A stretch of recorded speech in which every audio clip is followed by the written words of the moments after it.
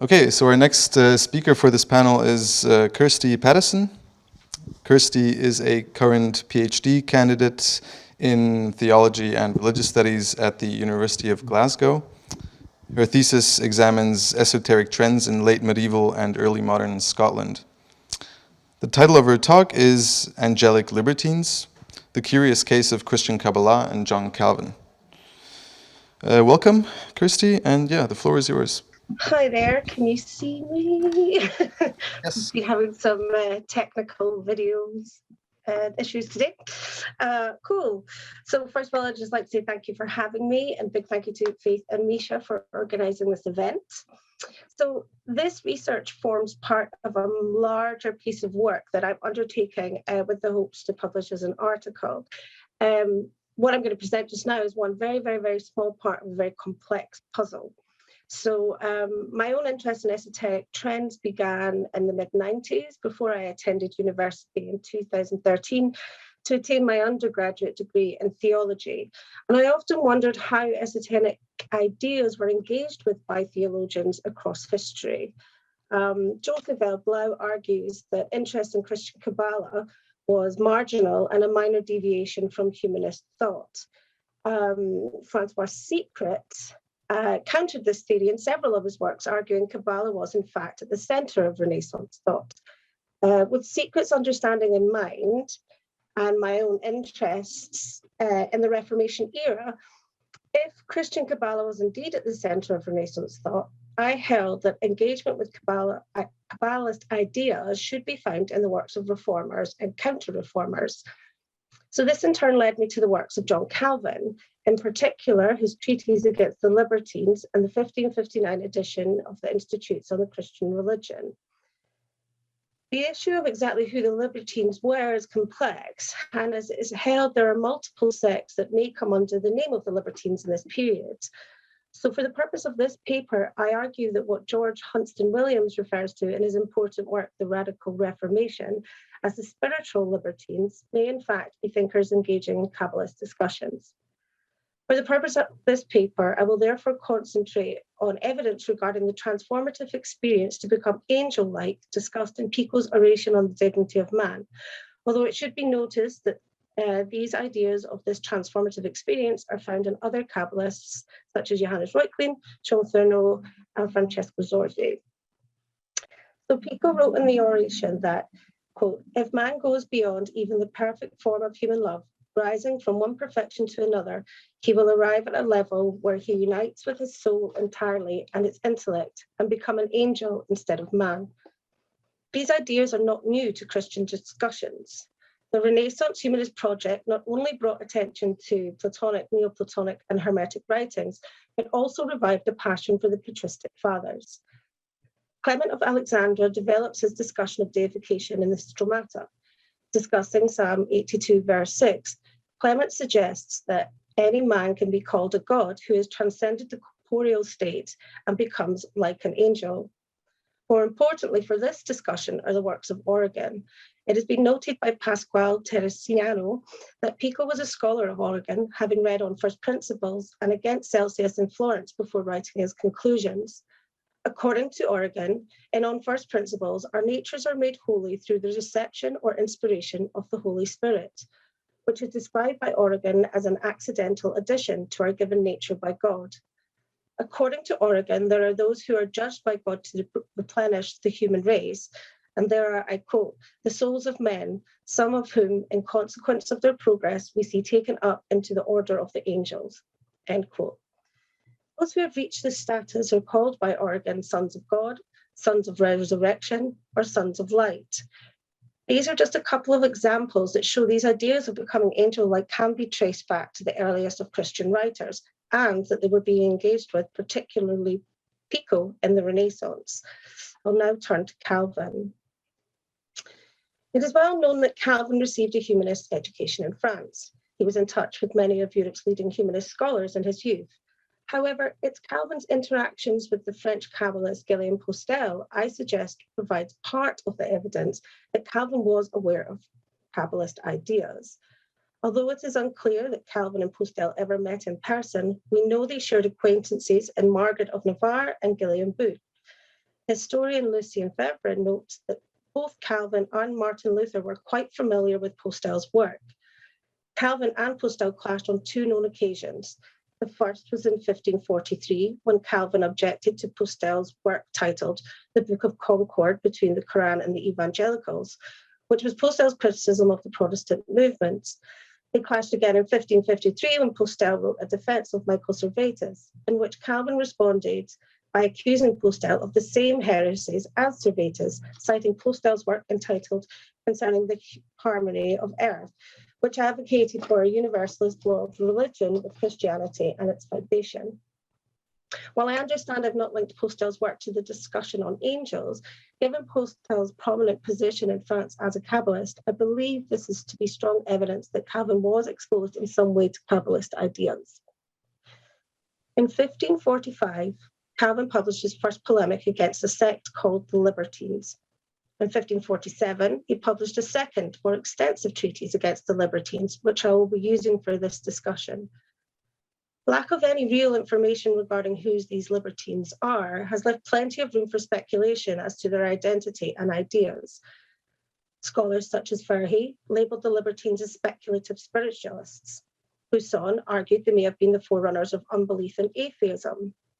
Yount and Schneider have argued that they were the inheritors of the Brethren of the Free Spirit. There is no clear-cut definition of libertine in this period, but the word is used by Calvin, William Farel, and Pierre Viret, all three of whom wrote treaties against them. Further issues arise as Miriam van Veen notes that while Calvin does make a clear distinction between libertines and Anabaptists, Farel throws them together in the same heap. Another issue is while Calvin does name 5 libertine leaders, information regarding them is sparse, but we do know that the men named by Calvin all sought refuge in the court of Margaret of Navarre, sister of Francis I, King of France. While Calvin's treaty is specifically aimed at combating the libertine problem in France, both Farel and Viret in their work give a little bit more information regarding the geographical origins of this sect. Both Farel and Viret describe Italy as the hotbed of libertine ideas. To me, this may be a reference to the reported Platonic schools at Florence, which was still believed to be active around the middle of the 16th century. And it also supports the evidence that Christian Cabala was conceived in Italy by Giovanni Pico della Mirandola. Farel and Viret also suggest that libertine ideas were found in Germany, which for me could also be a reference to Reuchlin and other thinkers such as Reuchlin and Agrippa. Interestingly, Calvin does name Agrippa in the 1559 Institutes. However, Agrippa's crime, according to Calvin, is atheism, which is in line with Buisson's suggestion that the libertines were forerunners of unbelief and atheism. Although knowing what we know about Agrippa, I don't agree with this suggestion, but I do think it's an interesting connection to note.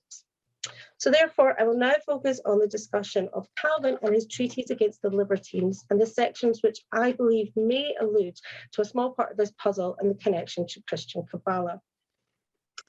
In the first chapter in Calvin's treatise, he notes that the heresies of the libertines are not new, but have been with us since the beginning of Christianity.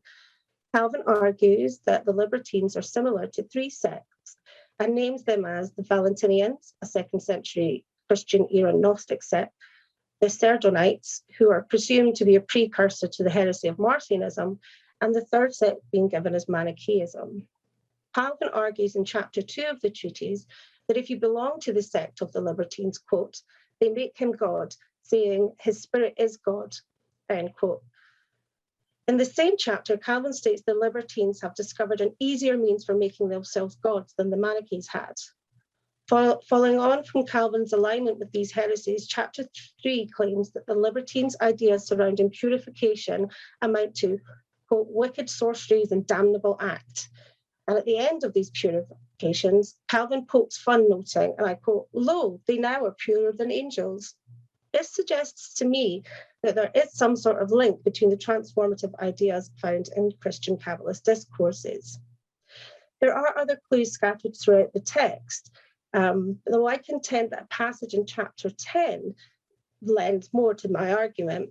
Calvin states, and I quote, but they, the libertines, also cajole them into believing that they are completely spiritual and divine and are almost as holy as angels, and the better ones frequently become enraptured at first until they perceive this true end of the spirituality, end quote. Interestingly, the English translator of this treatise, Benjamin Whitfarley, translates the French demi-ravis as holy. However, the literal translation is half enraptured or half delighted.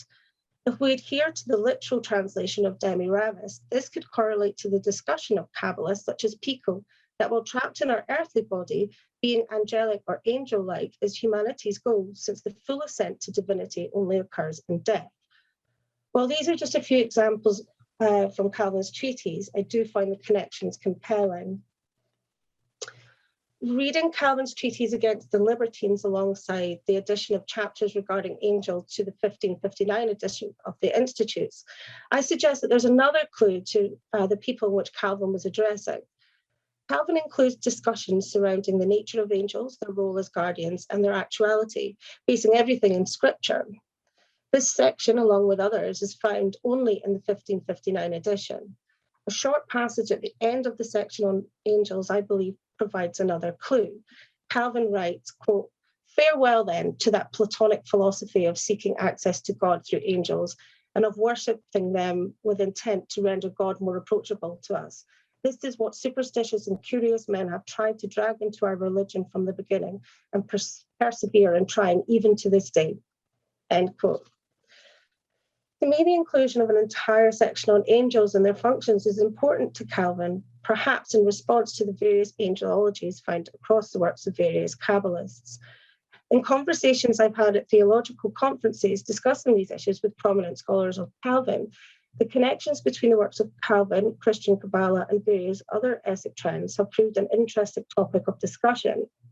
Professor Bruce Gordon, who has written extensively on the biography of Calvin, highlighted to me that scholars are undecided as to why the 1559 edition of the Institutes contains such an extensive discussion on angels. While Calvin's discussions on angels might also be a response to discussions held at the Council of Trent, I hope that further research, through my further research, the discussions will become clearer. Coming from a theological background, I've always been struck that discussions on esoteric trends are just not commonplace, particularly in the area of Reformation studies. It is my hope that by bringing discussions such as the curious case of Calvin and the Christian Cabalists into traditional theological discussions, we might begin to transform theological discourse, and that it might be more receptive to be open to esoteric trends and explore the foundations of these ideas in theological works. Thank you for taking time to listen to my paper. I look forward to any questions you may have.